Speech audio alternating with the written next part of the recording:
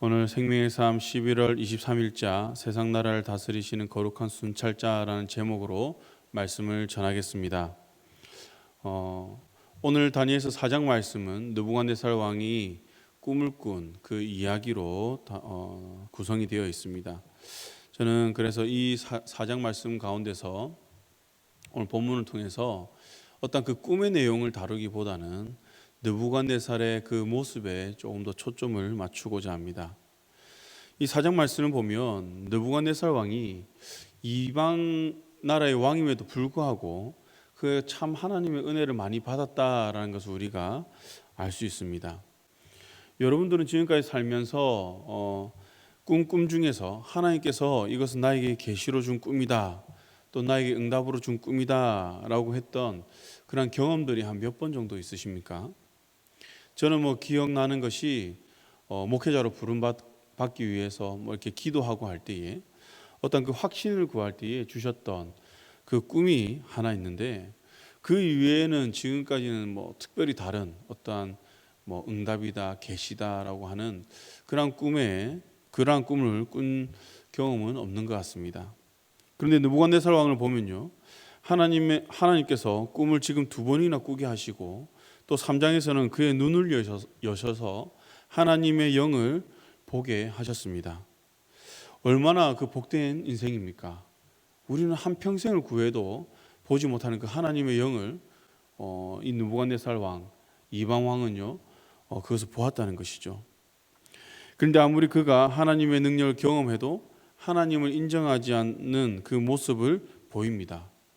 물론 오늘 말씀 중에는 그가 경험한 하나님을 그러한 높이는 모습이 나오지만, 또 그 찬양이 우주 만물을 창조하신 전능하신 하나님, 또 유일하신 그 하나님에 대한 찬양을 그가 하고 있지만, 그는 하나님의 그 은혜를 잊어버리고 다시 자신의 힘 그리고 자신의 능력을 의지하는 모습을 보이고 있습니다.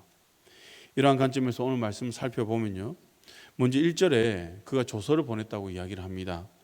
근데 그 대상이 천하에 거주하는 모든 백성, 그리고 나라들, 또 각 언어를 말하는 자들에게 보냈다고 이야기를 하죠. 이해하기 쉽게 지금 현대로 말하면 대통령 국민 담화문과 같은 것으로 우리가 이해할 수 있을 것 같습니다. 그러면서 왕은 2절에서 3절 말씀을 통해서 자기가 경험한 그 하나님을 높이고 찬양을 하고 있습니다. 그가 찬양하는 모습을 보면 정말 하나님을 잘 알고 변화된 사람처럼 보입니다. 그의 고백을 보면 이런 고백도 있습니다. 그의 나라는 영원한 나라요, 그의 통치는 대대에 이르리로다. 얼마나 대단한 고백입니까? 여러분, 지금 이 고백이 뭐가 그렇게 대단하냐라고 말할 수도 있을 것 같은데, 여러분, 이 느부갓네살 왕의 그 입장을 한번 생각을 해보면요, 지금 그는 대제국 바벨론 제국의 왕입니다. 모든 나라들을 자기의 발 아래에 두고 있는 그런 상황입니다. 그래서 그가 정복한 그 나라들을 통치하기 위해서는 어떻게 통치하는 것이 가장 효율적이겠습니까? 자기를 신격화시켜서 모든 나라들을 그 앞에 굴복시키는 것, 자기가 유일신으로서 자기가 높아지는 그것이 어떻게 보면 모든 나라를 다스림에 있어서 가장 효율적인 방법일 것입니다. 그런데 그는 자신이 정복하고 통치하는 여러 나라에 그 하나님에 대한 고백을 지금 하고 있는 것이죠. 자신은 유한한 이 땅의 통치자이지만 하나님은 영원한 통치자가 되신다는 고백을 그는 하고 있는 것입니다. 과연 이것이 쉬운 일일까요? 아니란 것이죠. 지금 느부갓네살 왕은요, 바벨론의 그 역사 중에서 가장 부강한 그 시기를 지금 통치하고 있는 것입니다. 그렇기 때문에 그의 고백은 아주 놀라운 고백이 아닐 수 없다는 것이죠. 저는 이것을 통해서 우리가 하나님을 높이고 또 하나님을 찬양하는 그러한 사람의 특징을 한 2가지 정도로 한번 생각을 해봤는데요. 첫째는 하나님을 경험한 사람만이 하나님을 높이고 하나님을 찬양할 수 있다는 것이죠. 하나님을 경험하지 못한 사람은 하나님을 영원한 통치자로 고백할 수가 없습니다. 또 하나님을 주인으로, 내 삶의 주인으로 인정하며 고백할 수 없다는 것이죠. 그런 것을 봤을 때 이 느부갓네살 왕은 바로 이 하나님을 경험했다라고 우리가 볼 수 있을 것 같습니다. 두 번째는요, 자신이 경험한 하나님을 다른 사람에게도 알리고 싶어 한다는 것이죠. 여러분, 내가 하나님께 은혜를 받았다면 그것을 감출 이유가 없고 감출 수도 없습니다. 이것은 은혜 받은 자, 또 하나님을 만난 자의 당연한 반응이죠. 여러분들이 은혜를 받았을 때를 한번 생각해 보시기 바랍니다. 그것을 누군가에게 계속 나누고 싶어 하죠. 내가 받은 은혜, 내가 만난 하나님을 계속 간증하며 고백하고자 한다는 것입니다. 그리고 그 하나님을 계속해서 증거하며 높이고 찬양을 하고 인정을 합니다. 이것이 하나님 만난 사람의 특징이라는 것이죠. 그래서 이 바벨론의 왕, 이 느부갓네살 왕도 여러 나라에, 자신이 통치하던 그 나라에 이 조서를 보내면서 하나님께 영광을 올려드리는 것을 보면 그는 분명히 하나님을 경험한 사람이 맞는 것 같습니다. 다시 본문으로 돌아오면요, 이러한 느부갓네살 왕은 이렇게 하나님을 높이고 그 다음으로 말하는 것이 무엇입니까? 자신이 꿈을 꾸었다는 것입니다. 그런데 그가 어느 상태에서 이 꿈을 꾸었다고 이야기를 합니까? 4절을 보니까 내 집에 편히 있으며 내 궁에서 평강할 때라고 이야기를 하고 있습니다. 잠깐 역사를 이야기하자면 당시 느부갓네살 왕의 그 재위 기간 내내 그가 한 일이 무엇이냐? 바로 웅장한 그 왕궁을 건설하였습니다. 그런데 이제 그 왕궁이 다 마무리가 되었습니다. 바벨론의 성은 25m의 그 벽을 두 겹으로 두고 이렇게 지어져 있습니다. 그리고 8개의 문이 달려 있으며 사방이 순금으로 장식되어 있었습니다. 그리고 유프라테스 강을 그 성 안으로 끌어들여 와서 그 성 중앙에는요, 그 강이 흘렀습니다. 물이 풍부했죠.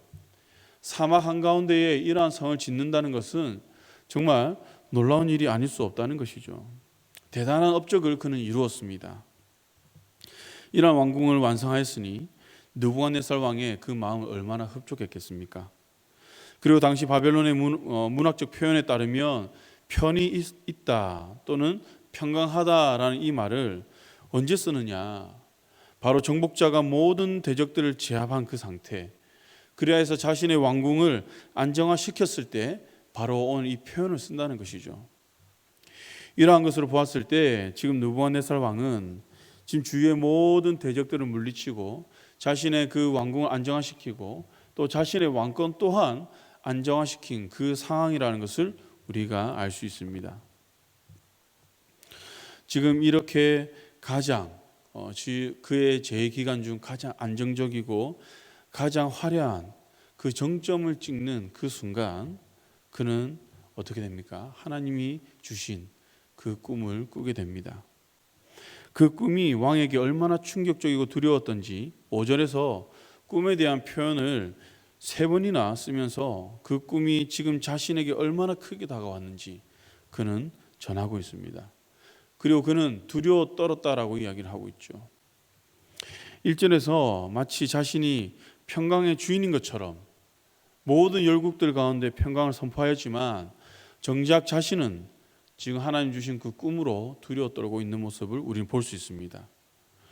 이 말씀은 우리에게 주는 그 메시지는 정확합니다. 무엇입니까? 인간에게 평강은 그 누구도 줄 수 없다는 것이죠. 세계를 통치하고 발 아래 두는 이 왕도 평강을 선포할 수 없다는 것을 하나님은 보여주고 있습니다. 평강의 주인은 오직 하나님 한 분이시며 하나님만이 선포할 수 있다는 것을 오늘 본문을 통해서 하나님 우리에게 말씀하고 있다는 것이죠. 그리고 이렇게 두려움에 떨고 있는 이 왕이 이제 어떻게 대처합니까? 6절에 보니까 바벨론의 모든 지혜자들 다 불렀다고 이야기합니다. 그리고 2장에서처럼 그들에게 꿈을 해석하라고 명령을 합니다. 그런데 아무도 그것을 해석하지 못하죠. 참 이상하죠. 조금 전까지 하나님을 영원한 통치자로 인정하며 찬양했던 이 왕이라면 이 꿈을 꾸었을 때 어떻게 해야 하는 것이 정상입니까? 바로 그가 하나님 앞에 무릎 꿇어야 하는 것이 정상이 아닐까요? 아니면 자기가 무릎 꿇지 못한다면 바로 다니엘을 불러서 이에 대한 조언을 구해야 하는 것이 정상이 아닐까요? 그런데 그는 그렇게 하지 않습니다. 이장의 모습을 답습합니다. 이것은 온전히 하나님을 인정하지 못하는 그 내면에 있는 그 모습이 그의 삶으로 나타난 것이죠. 그런데 결국 그들도 꿈을 해석하지 못합니다.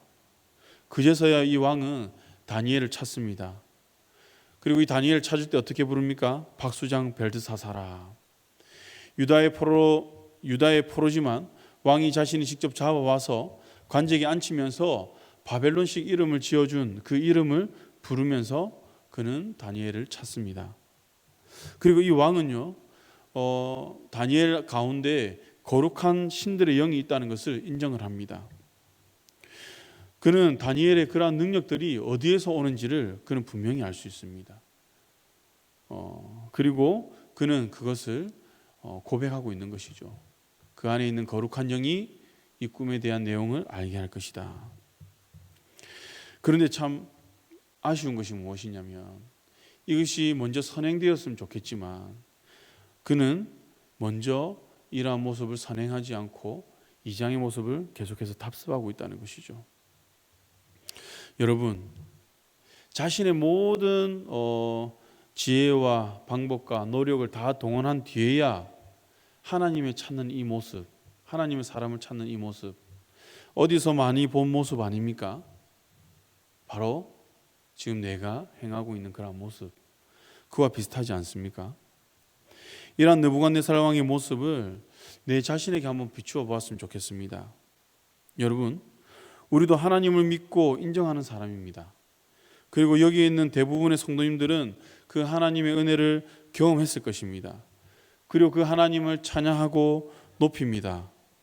대부분의 그리스도인들은 예배를 통해 또 부흥회를 통해 특별한 순간을 우리가 함께 모여서 하나님을 높이고 그 은혜에 감격하고 또 그 사랑에 감사하며 하나님을 높이고 찬양하고 기도하고 또 우리는 결단을 합니다. 그리고 어떤 사람들은 주님이 내 인생의 주인이시다라는 것을 결단하고 내 인생을 드리겠습니다라고 또 내 삶의 통치권을 내어드리는 그러한 일들도 있습니다.